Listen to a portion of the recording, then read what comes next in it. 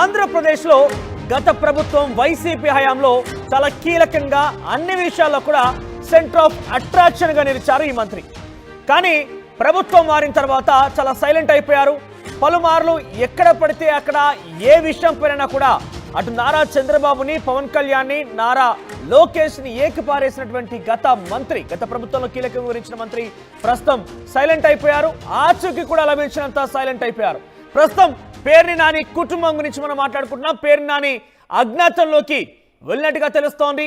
7 రోజులుగా ఆయన అజ్ఞాతంలో ఉన్నారు. ఆయనతో పాటు తన కుటుంబ సభ్యులు కూడా సైలెంట్ అయిపోయారు. ఒకవైపు ఏపీ హైకోర్టులో ముందస్తుగా బెయిల్ పిటిషన్ దాఖలు చేయడం, మరోవైపుగా మచిలీపట్నం జిల్లా కోర్టులో బెయిల్ పిటిషన్ దాఖలు చేయడం.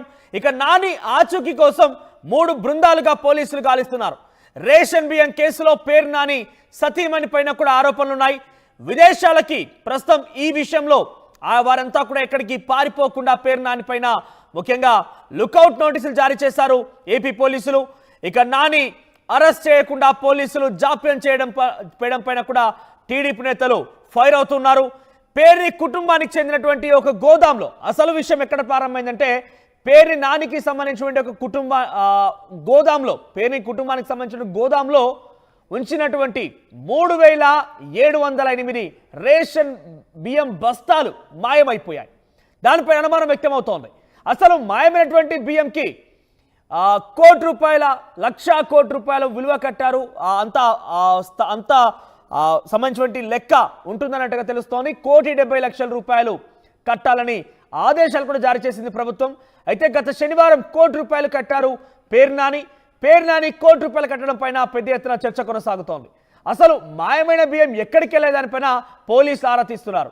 ఇంతకీ కొంత డీటెయిల్స్లోకి వెళ్తే ముందస్తుగా పేరు నానియే పోలీసులకి ఈ మాయమైనటువంటి విషయం పైన సమాచారం ఇచ్చారట. ఇంతకీ ఏం జరిగింది? అసలు ఇన్ని పెద్ద మొత్తంలో సుమారుగా 160 నుంచి 170 టన్నుల బియ్యం అంత ఈజీగా మాయమైపోతుందా? అదేదో చిన్నగా అక్కడ గోదాంలో ఎలకలు తిన్నాయనో లేకపోతే ఇంకెవరు దొంగలు పడ్డారనో చెప్పి ఉన్నా కూడా కొన్ని క్వింటాల్ లేదంటే 4-5 బస్తాలు అంటే ఏమో అనుకోవచ్చు. కానీ 3,000 బస్తాలు మాయమయ్యాయా? అయితే ఎటువంటి విషయం ఆయనకు తెలియకపోతే అనుమానాస్పదంగానే ఈ బియ్యం కనుక మాయమై ఉంటే పేరు నాని ఎందుకు 1 కోటి రూపాయలు చెల్లిస్తాడు? చాలా పెద్ద ఎత్తున చర్చ కొనసాగుతోంది. వారం రోజులుగా వారి కుటుంబం అంతా అజ్ఞాతంలోకి వెళ్ళిపోయింది. మరిన్ని డీటెయిల్స్ మా సీనియర్ జర్నలిస్ట్ కృష్ణమోహన్ అందిస్తారు. కృష్ణమోహన్, సో ఈ బియ్యం మాయమవడం వెనుక అనేక అనుమానాలు తావిస్తున్నాయి. అది ఏదో 1-2 బస్తాలు కాదు, పెద్ద మొత్తంలో సుమారుగా 160 నుంచి 170 టన్నుల మొత్తంలో మాయమైపోవడం అది ఏదో చిన్న తేలికపాటి విషయం అయితే కాదు. ఇంతకీ ఆయన 1 కోటి రూపాయలు కట్టారంటేనే ఆ బియ్యానికి సంబంధించి ఆయనకు సంబంధికులు లేదంటే ఆయనకు సంబంధించిన వాళ్ళే మాయం చేశారని భావించినట్ట. ప్రస్తుతం ఆయన ఎక్కడున్నారో ఆయన అరెస్ట్ చేయడం కోసం పోలీసు ఎందుకు ఆలోచిస్తున్నారు? 1 కోటి రూపాయలు ఫైన్ కట్టడం ఏంటి? డీటెయిల్స్ ఏంటి? ఎస్ మనోజ్, మాజీ మంత్రి వైసీపీ సీనియర్ నేత మాజీ మంత్రి పేర్ని నాని కుటుంబం ఇప్పుడు చిక్కుల్లో ఉందా అంటే అవుననే చెప్పాలి. అంటే ఈ చిక్కులు కూడా కారణం పేర్ని నాని ప్రభుత్వానికి రాసిన లేఖతో అసలు విషయం బయటపడింది. బేసిక్గా పేర్ని నాని సంబంధించిన గోడంలో తన సతీమణి పేరు మీద ఆ గోడం ఉంది. ఆ గోడంలో ప్రభుత్వానికి సంబంధించిన పౌర సరఫరాల శాఖకు సంబంధించిన రేషన్ బియ్యాన్ని అక్కడ ఉంచారు. అయితే ఆయన ఒక లేఖ రాశారు ఇటీమధ్య కాలంలో, ఈ మంత్ ఫస్ట్ వీక్లో. ఆయన ఏం రాశారంటే నా గోదాంలో ఉంచిన బియ్యంలో కొంత షార్టేజ్ ఉన్నట్టుగా అర్థమవుతోంది.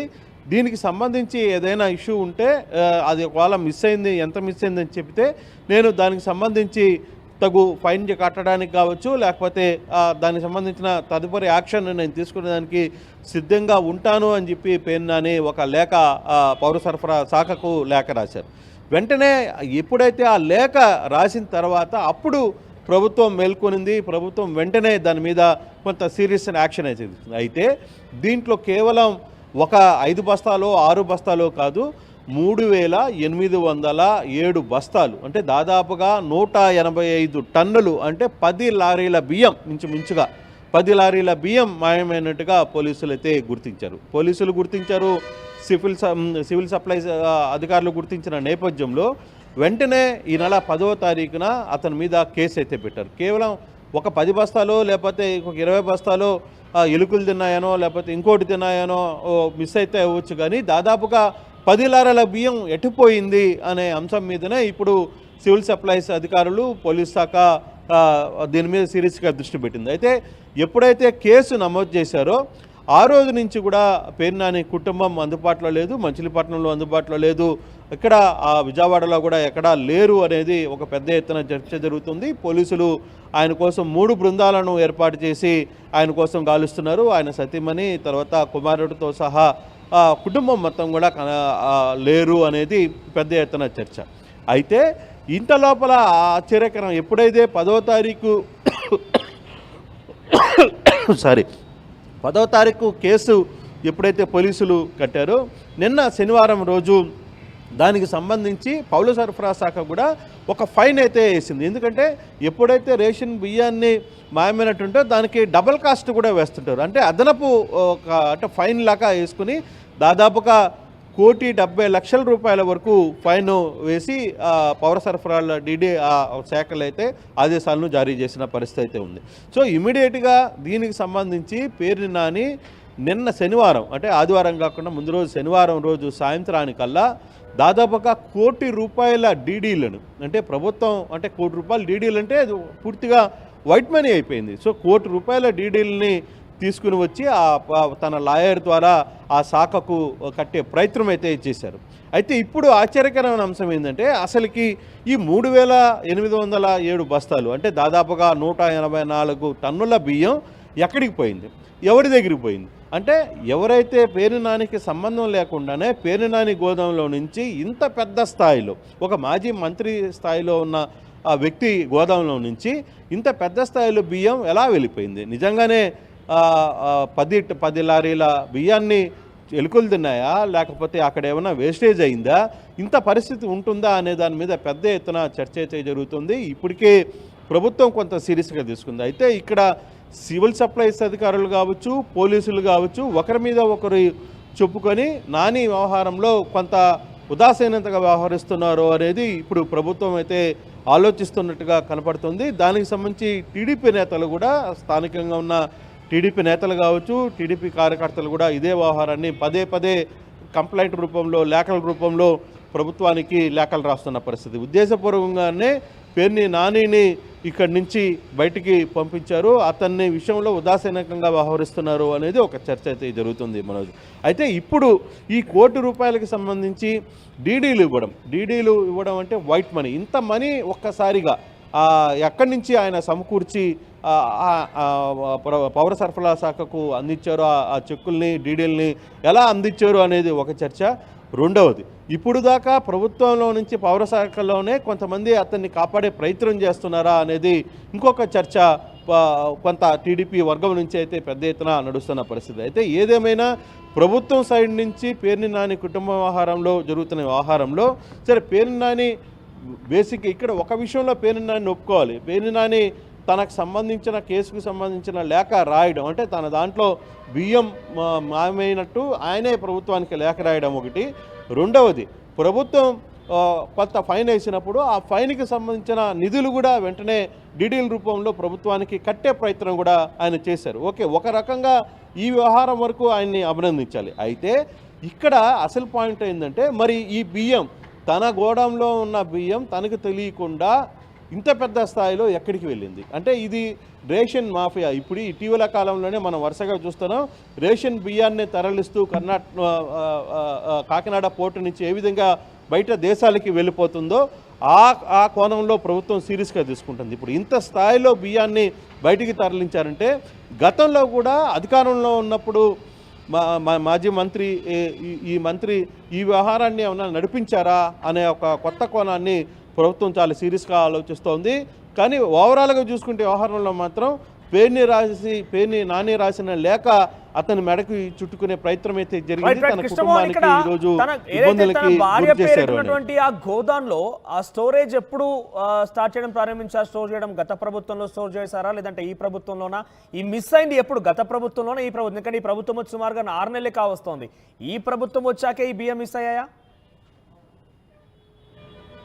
గత ప్రభుత్వంలో పెట్టిన ఆ స్టోరేజే అంత స్టోరేజీ, తర్వాత ఈ ప్రభుత్వంలో కూడా కొంత లెక్కలైతే. అయితే ఈ లెక్కల వ్యవహారంలోనే అదే సివిల్ సప్లై శాఖకు సంబంధించిన అధికారులు ఇంత నిర్లక్ష్యంగా ఎదుగున్నారు. ఎక్కడైనా సరే గోడౌన్లో స్టాకు పెట్టడం ఒక పరిపాటి, వాళ్ళకి ఇంతని పే చేస్తారు.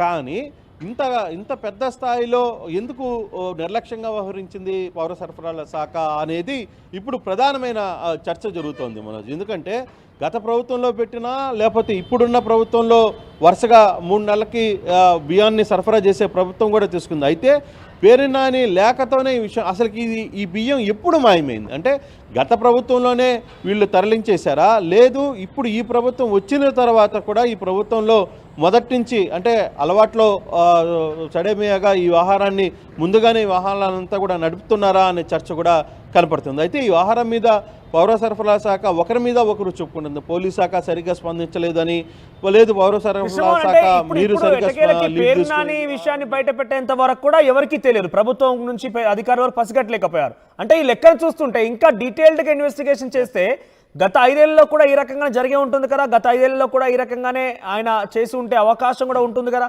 అది కూడా ఇన్వెస్టిగేషన్ చేసే అవకాశం ఉందా? గతంలో జరిగినటువంటి ఎప్పుడు అక్కడ స్టోరేజ్ ప్రారంభమైంది అప్పటి నుంచి లెక్కలు తీసే అవకాశం ఉందా? డెఫినెట్గా ఎందుకంటే ప్రభుత్వం సైడ్ నుంచి ఒక విచారణ ఇది జరుగుతున్నప్పుడు ఇది చాలా లోతుగా వెళ్ళే పరిస్థితి. కేవలం ఈ 180 టన్నులకు సంబంధించి వ్యవహారమే కాదు, అసలుకి గోడౌన్ ఎప్పుడు స్టార్ట్ అయింది, గోడౌన్ పర్మిషన్ ఎప్పుడు వచ్చింది, లేదు లాస్ట్ ప్రభుత్వంలో ఆయన మంత్రిగా ఉన్నారు కాబట్టి పర్మిషన్ రావడంలో తప్పులేదు, కానీ అక్కడ గోడౌన్లో పెట్టడంలో తప్పులేదు. కానీ ఈ వ్యవహారం ఎప్పటి నుంచి జరుగుతుంది? గత 5 సంవత్సరాల్లో ఏ రోజు నుంచి ఈ వ్యవహారం అంతా జరిగింది, లేదు ఈ 6 నెలల్లోనే వ్యవహారం జరిగిందా? మంత్రి ఈ 6 నెలల్లోనే ఈ వ్యవహారానికి దృష్టి వచ్చి మంత్రి లేఖను రాశారా ప్రభుత్వాన్ని? అంటే ఒకవైపు వాదన తనకి ఎటువంటి పొరపాటు జరగలేదు, నేను ఎటువంటి పొరపాటు చేయలేదు అనే ఉద్దేశంతోనే ఆయన ఒక లేఖనైతే రాశారు. కానీ ఆ లేఖ రాసిన తర్వాత ఇప్పుడు జరుగుతున్న వ్యవహారంలో లోతుగా పోయే కొద్దీ చాలా వ్యవహారాలు బయటకు వస్తున్న పరిస్థితుల్లో దాదాపుగా 185 టన్నులు మామూలు రూపాయి ఒక 10 బస్తాలో 20 బస్తాల బియ్యం కూడా కాదు, 185 టన్నుల బియ్యం, 10 లారీల బియ్యం మాయమైందంటే చిన్న విషయం కాదు. ఇది ఇప్పుడు వరకు బయటపడింది. కానీ దీని వెనకాల ఏం జరిగింది కూపి ఇలాగే ప్రయత్నం అయితే ప్రభుత్వం చేస్తుంది. ఎందుకంటే పేర్నాని మామూలుగా సెటైరికల్గా మాట్లాడతారు, తర్వాత పేర్నాని తన నాయకుడు జగన్ మీద ఎవరు ప్రధానంగా పవన్ కళ్యాణ్ విషయంలో ఆయన ఎక్కువగా దూకుడుగా పోయే పరిస్థితి అయితే మనం చూసాం. గత 5 సంవత్సరాలు కాదు, గత 9 సంవత్సరాల నుంచి కూడా, గత 2014 నుంచి కూడా పవన్ కళ్యాణ్ వ్యవహారంలో కావచ్చు, 2019లో కూడా పవన్ కళ్యాణ్ వ్యవహారంలో కావచ్చు, చాలా సీరియస్గా ఆయన అటాక్ చేసే ప్రయత్నం చేస్తారు. చివరికి కాకినాడ పోర్టుకి పవన్ కళ్యాణ్ పోయిన తర్వాత కూడా పవన్ కళ్యాణ్ చాలా సీరియస్గా మంత్రి కేశవ్కి కనపట్లేదా పవన్, షిప్ ద షిప్ అని చెప్పి అంటున్నావు, మరి ఆ షిప్ను ఎందుకు వదిలేసావు అని కూడా ఆయన మాట్లాడిన పరిస్థితులు ఉన్నాయి. సో ఇవన్నీ ఉంటాయి కాబట్టి వీటి అన్ని వ్యవహారంలో కొంత ప్రభుత్వం సీరియస్గానే తీసుకుంది. ఎందుకంటే పవన్ కళ్యాణ్ ఈ వ్యవహారంలో ఎంటర్ అయ్యాడు కాబట్టి పవన్ కళ్యాణ్ వ్యవహారాన్ని ఈజీగా వదులుతారని కూడా అనుకోవడం లేదు. సో అంటే ఇవన్నీ కొనసాగుతూనే ఉన్నాయి. ఫైనల్ గా కంక్లూజన్ ఏంటి అంటే ఈ యొక్క ఇంత పెద్ద మొత్తంలో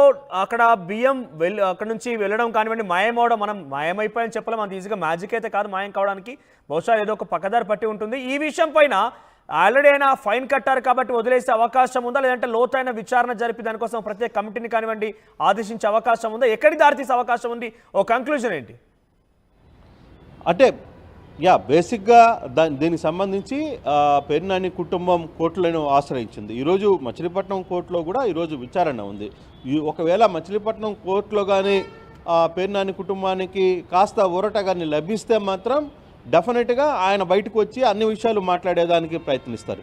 కానీ అక్కడ కానీ రాకపోతే మాత్రం కొంతకాలం అజ్ఞాతంలో ఉండే ప్రయత్నమే చేస్తారనేది నా భావన. బస్ డెఫినెట్గా ఈ వ్యవహారంలో ఏ విధంగా ఉండబోతుంది మా కోర్టు ఆదేశాలు బట్టి, కోర్టు ఇప్పటికే ఆయన ముందస్తు బెయిల్ కోసం అంటే 10న కేసును కట్టారు కాబట్టి ముందస్తు బెయిల్ కోసం ఆయన హైకోర్టును ఆశ్రయించినారు, లోకల్గా ఉన్న కోర్టును కూడా ఆశ్రయించిన నేపథ్యంలో దీనికి సంబంధించి ఏ విధంగా కోర్టు ఆదేశాలు వస్తాయో దాన్ని బట్టి అతని రియాక్షన్ అయితే ఉంది. ఈ లోపల ప్రభుత్వం కొంత సీరియస్గా 3 ప్రత్యేక బృందాలని పంపిస్తుంది. 3 ప్రత్యేక బృందాలు ఆయన కోసం గాలింపు చర్యలు అయితే చేస్తుంది. కొంత సీరియస్గానే పేర్నాని విషయంలో ప్రభుత్వం కూడా తాజాగా కొంత సీరియస్గా దృష్టి పెట్టింది. ఆ వ్యవహారంలో అసలుకి ఎక్కడున్నారు, ఆయన అనుచరులు ఎవరు, వాళ్ళందరూ ఫోన్స్ ఏంటి, వాటన్నిటి మీద కూడా ట్రాప్ చేసిన పరిస్థితి అయితే కనపడుతుంది. ప్రధానంగా అక్కడున్న కృష్ణా జిల్లా ఎస్పీ సంబంధించి కూడా అతని మీద కూడా కొంత ఆరోపణలు అయితే టీడీపీ ప్రభుత్వానికి సంబంధించిన కొంతమంది వ్యక్తులు ఆరోపణలు చేస్తున్న పరిస్థితి చూడాలి. మరి ప్రభుత్వం ఈ లోపల పోలీసులు కుటుంబాన్ని అదుపులో తీసుకుంటారా, లేదు కోర్టు అతనికి కొంత రిలీఫ్ ఇస్తుందా, రిలీఫ్ ఇచ్చిన తర్వాత పేరు నాని ఏ విధంగా స్పందిస్తారనేది కూడా చూడాల్సిన పరిస్థితి అయితే కనబడుతుంది. Right Krishnamohan, thank you for the updates. మొత్తం మీద పేరుని నాని గత ప్రభుత్వంలో ఎంత చురుగ్గా ఎంత యాక్టివ్గా ప్రతి విషయాల్లో మాట్లాడుతూ ముఖ్యంగా నారా లోకేష్, నారా చంద్రబాబు, పవన్ కళ్యాణ్ ఏకి పారేసేవారు, ఏ రకంగా ఆయనని సంధించేవారు చూసాం. ఇప్పుడు ఆయన ఏకంగా ఆచు కనిపించినట్టు వారం రోజులుగా ఆయన కుటుంబం యొక్క అజ్ఞాతంలోకి వెళ్ళిపోయిందనంటే ఎంతటి స్థాయిలో అక్కడ సిచ్యువేషన్ అర్థం చేసుకోవాలి. ఆయనకు సంబంధించినటువంటి ఒక గోదాంలో, తన భార్య పేరు మీద ఉన్నటువంటి ఒక గోదాంలో కొన్ని సంవత్సరాలుగా అక్కడ రేషన్ బియ్యం స్టోర్ చేస్తూ ఉన్నారు. అయితే దాంట్లో నుంచి సుమారుగా 170 టన్నుల రేషన్ బియ్యం మాయమైందట. మరి గత ప్రభుత్వం నుంచి కూడా ఈ తంతు కొనసాగుతుందా? ఇప్పుడే ఆయన మీద ఏదైనా యాక్షన్ తీసుకుంటే అవకాశం ఉన్న నేపథ్యంలో ఆయనే అది మాయమైనట్టుగా చిత్రీకరించి ఆయనే బయట కంప్లైంట్ ఇచ్చినట్టుగా కలరింగ్ ఇచ్చారా? అసలు ఏం జరిగిందేమో అనేక అనుమానాలు ఉన్నాయి. కానీ ప్రస్తుతానికైతే పేరు నాని కుటుంబం ఆ రేషన్ బియ్యం మాయం పైన కొన్ని ఆరోపణలు ఎదుర్కొంటోంది. ఇప్పటికే ఆయనని